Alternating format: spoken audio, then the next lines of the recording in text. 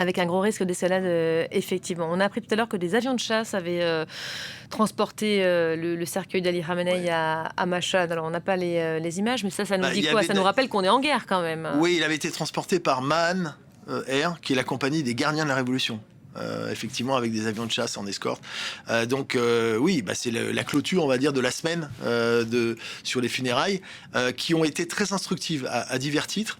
À la fois par le souci de présenter un Iran en position de force et en même temps révélant certaines de ses faiblesses. Je ne sais pas si on a les images de cette population iranienne qui s'est mobilisée en nombre. Alors on sait qu'elle a été aidée. Oui. Il y a des autocars qui ont amené Voilà. les foules d'un peu partout, de chaque région du pays, notamment à Téhéran. Il y avait une À vraie Téhéran. démonstration de force voulue par le Et puis il y le avait régime. certaines vidéos qui ont été, on va dire, utilisées avec l'intelligence artificielle qui a boosté en fait quantitativement les effets. On a pu vérifier par la suite qu'effectivement il y avait eu des... Les images ont été modifiées. Oui, certaines vidéos, on a pu remonter sur les sites et certaines vidéos ont été effectivement modifiées. Donc vous minimisez, vous, la démonstration de force voulue par le régime, en tout cas les images qu'on a pu recevoir et montrer à nos téléspectateurs. Il y avait du monde, mais ça a été exagéré et amplifié. Voilà, il y avait évidemment du monde, bien sûr, puisque s'il y avait une concentration liée aux funérailles, mais certainement boostée par effectivement... Une image comme celle-ci, une artère de... Voilà, alors Téhéran, notamment je il y avait crois. des images par rapport à la place Azadi, on s'est aperçu qu'il y avait une foule qui n'était pas forcément mobile, etc. Donc, mais pour aller au-delà de toute façon, le vrai problème, c'est la non-manifestation du nouveau supposé guide suprême. Et ça Mojtaba Khamenei qui reste invisible. Invisible au sens propre du terme. Or, il n'est pas le 12e imam qui pouvait se permettre l'occultation. Lui, normalement, il est censé être l'incarnation du pouvoir, comme feu son père. Il est censé assister à ses funérailles physiquement. Il était même censé faire la prière, puisque ses trois frères étaient présents, mais pas lui. Et on là, nous dit officiellement pour des raisons de sécurité. Est-ce que ça tient la route? Oui, mais ça, c'est un alibi. Parce qu'en réalité, ça permet effectivement de justifier sa non-présence, sa non-manifestation. Or, c'est un vrai problème pour le régime, parce que qui veut entretenir effectivement la continuité par rapport à la République islamique. Mais on voit bien que manifestement, c'est pas aussi simple que ça. Et d'ailleurs, ça a suscité beaucoup de choses sur les réseaux sociaux en Iran, des critiques, des ironies, justement, sur la non-présence, justement, du nouveau guide suprême. David Rigolerose, là, dans ce que j'entends, j'entends la suspicion qu'éventuellement il ne serait plus de ce monde. Alors, c'est difficile. Ça fait partie des théories qui ont circulé au début. On ne le voyait pas, on l'a dit blessé, on lui a dit bon, il va beaucoup mieux. Ça renvoie notamment à une affiche qui avait été faite dans le nord de l'Iran, dans une ville où on avait vu, effectivement, il avait été associé à Soleimani, à Feu son père et à Feu Khomeini. Et donc, il y a eu on s'est demandé pourquoi il apparaissait, puisqu'ils étaient présentés comme les martyrs défunts. Et donc, ça a suscité mais sans pouvoir confirmer, de toute façon, c'est impossible. En revanche, ce qui est très, très vraisemblable, c'est qu'il a été blessé gravement lors de la frappe du 28 février et que ça expliquerait qu'il ne puisse pas se présenter visuellement, ni même sonorement. Ce qui est un vrai problème pour le pouvoir à Téhéran aujourd'hui, qui veut entretenir la fiction, effectivement, d'une continuité sur le régime iranien. J'aimerais qu'on voit peut-être quelques images de ces funérailles exceptionnelles prévues sur 6 jours et voulues comme une véritable démonstration de force de ce régime iranien. Explication signée Marc Pope. On en reparle juste après. Regardez. Les brumisateurs tournent à plein régime pour tenter de rafraîchir ces dizaines de milliers d'Irakiens. Une marée humaine qui attend sous une chaleur accablante le cortège funèbre d'Ali Khamenei pour un dernier hommage. Kerbala est l'une des villes saintes de l'islam chiite, courant majoritaire parmi la population irakienne. La deuxième étape des funérailles du guide suprême en Irak. Plus tôt dans la journée, la procession s'est déroulée au sanctuaire de l'imam Ali à Najaf, autre lieu sacré pour la communauté chiite irakienne. Chaque fidèle tente de toucher le cercueil de leur chef une dernière fois, peu importe les bousculades. C'est un sentiment indescriptible, car cette personne, cette grande figure, ce dirigeant et autorité religieuse qu'est Ali Khamenei, a fait des sacrifices pour nous. Pour défendre le principe, il n'y a de Dieu qu'Allah. Quoi que nous fassions en assistant à ses funérailles ou en organisant des cortèges, cela reste bien peu comparé à ce qu'il mérite. Des Irakiens partagés entre le deuil et un désir de vengeance contre les États-Unis et Israël, responsables de la mort d'Ali Khamenei. Nous voulons dire que nous avons remporté la victoire et que l'autre camp a été vaincu. C'est nous qui fixons les termes et imposons les conditions. Désormais, le cœur de l'économie mondiale est entre nos mains, du détroit d'Ormuz au détroit de Bab el-Mandeb. Ces obsèques s'achèveront ce jeudi en Iran, dans sa ville natale de Mashhad. Voilà, Mashhad, dont on va peut-être revoir ces images en direct, là aussi impressionnantes. Alors l'avenir nous dira peut-être s'il y a eu utilisation ou pas de l'intelligence artificielle. Évidemment, c'est impossible pour nous. Mais pour Téhéran. ces images quand même qui en disent long, hein, c'est le point d'orgue de ces cérémonies, donc de ces funérailles, voulues sur 6 jours, donc voulues comme un moment exceptionnel, sans Mojtaba Ramenei, ça on vient de le dire ensemble, beaucoup d'appels à la vengeance qui ont été entendus ces derniers jours. Hein. Oui, bien sûr, avec même des effigies de Donald Trump, de Benjamin Netanyahu, bien sûr, avec des contrats qui sont effectivement explicitement mentionnés. Il y avait même eu un appel à un attentat à Ankara, au moment du sommet justement de l'OTAN, visant également d'ailleurs Erdogan pour avoir reçu Donald Trump. Donc on voit bien qu'il y a une espèce d'inflation de la culture de la vengeance avec les couleurs, hein, le rouge qui rappelle le martyr, etc.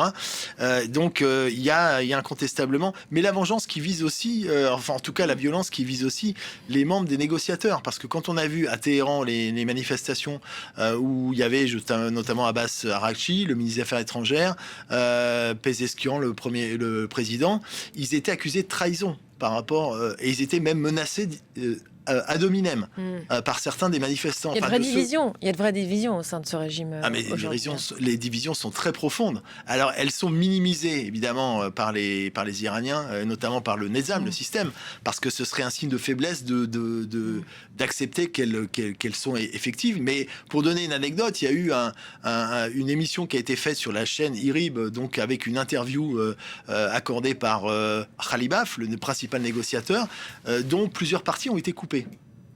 Sans qu'il soit effectivement au courant, parce qu'elle faisait référence à un certain nombre de points très sensibles sur le nucléaire, sur le dégel des avoirs, etc. Et donc ça a suscité un énorme malaise dans la mesure où IRIB, enfin en tout cas les médias, sont largement contrôlés par une frange plutôt extrémiste, justement iranienne, liée au parti Païdari.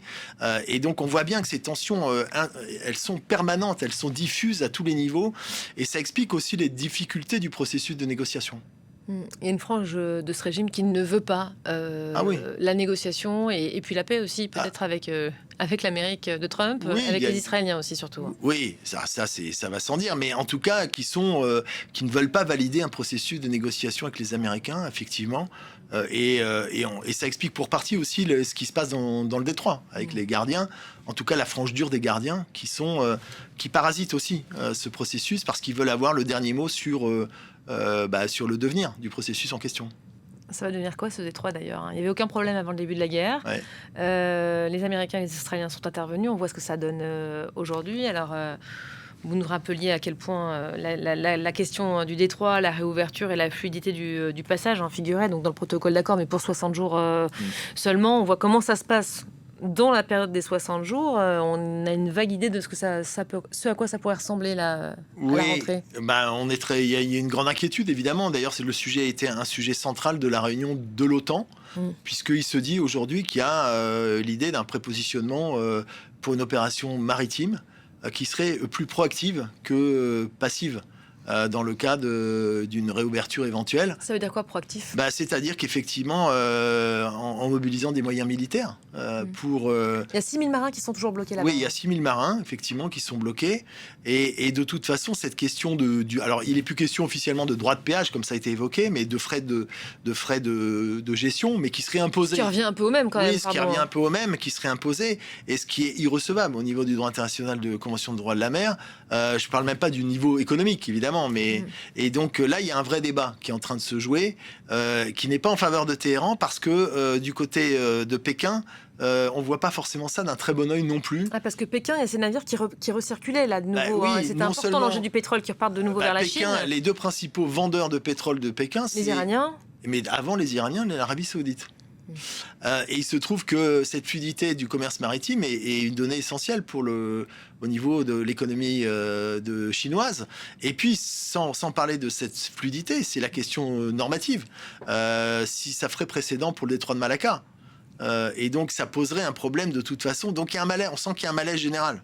Il y a un malaise général. Et là, c'est ce que je disais tout à l'heure par rapport au fait que les Iraniens ne savent pas forcément jusqu'où aller trop loin. Et donc, c'est un jeu dangereux pour tout le monde. Sachant qu'économiquement, la situation est toujours très compliquée pour l'Iran, que la vague de contestation, l'opposition, on n'en parle plus du tout, mais elle est quand même toujours là, même si elle est silencieuse, a commencé à manifester en raison de la situation économique qui était complètement dégradée. Elle l'est encore aujourd'hui. Elle est encore pire. Elle est encore pire, et c'est pour ça que les Iraniens, c'est pour ça que quand on parle ils présentent le résultat de la guerre de 40 jours comme un succès, en réalité, il y a une demande pressante des Iraniens pour obtenir des liquidités. Et le paradoxe de la situation, c'est que la levée des sanctions qui a été rétablie, là, justement, du fait des frappes par Donald Trump, ce qu'on appelle les waivers. Ce sont les mesures qui ont été prises hier. Ouais, alors, ils ont été rétablis. Les sanctions ont été rétablies après avoir été levées. Sur le pétrole iranien. Le problème, c'est que les Iraniens ne vendent pas leur pétrole. Il y a près de 70 millions de barils qui sont sur les quais ou sur des bateaux qui ne trouvent pas preneur.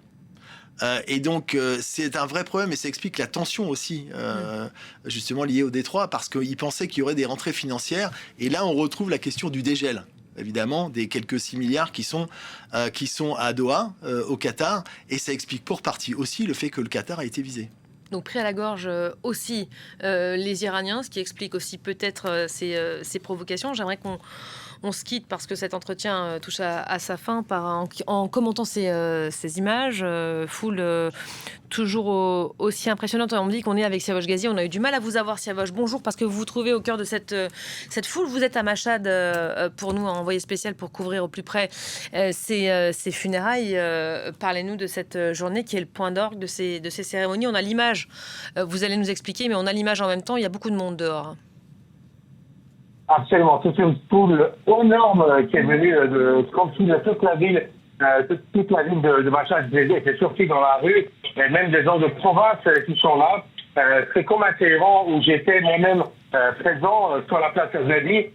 J'ai dû passer pour faire 5 km en assistant toujours que j'étais journaliste.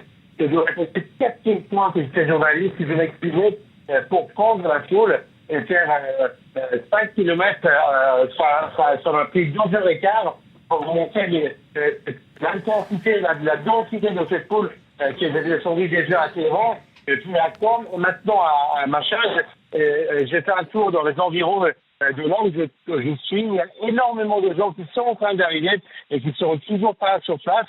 Donc on peut penser qu'il y aura des millions de gens pour accompagner donc la dépouille de l'Ayatollah Ali Khamenei, qui n'est même pas arrivé au bout de cette rue de Liban Reza.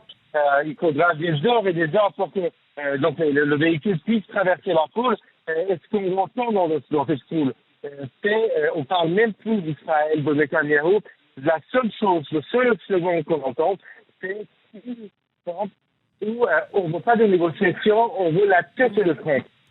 C'est le seul slogan qu'on entend désormais dans ces manifestations, et on ne parle même pas des frappes américaines dans le littoral, dans le Persique, en mer d'Oman ou dans le nord de l'Iran. C'est une population combative qui est descendue dans la rue et qui crie vengeance. Merci beaucoup, Siavash Ghazi, en direct de Machhad. David Rigoulet-Rose, un mot peut-être pour clore la séquence et pour rebondir à ce que nous dit Siavash là. Il y a effectivement des appels à la vengeance. On le voit avec les couleurs, justement le rouge dans la culture chiite. Donc c'est clairement... Et effectivement, il y a marqué « Kill Trump ». D'ailleurs, Trump a évoqué le fait qu'il était la cible numéro 1, il était devenu la cible numéro 1. Ça renvoie évidemment à la frappe de décapitation du 28 février dernier, donc qui avait visé Ali Khamenei. Donc ça, évidemment, ça obère beaucoup la poursuite sereine des négociations entre les deux parties. Voilà pour Clément, cette journée point d'orgue de ces funérailles. Merci beaucoup.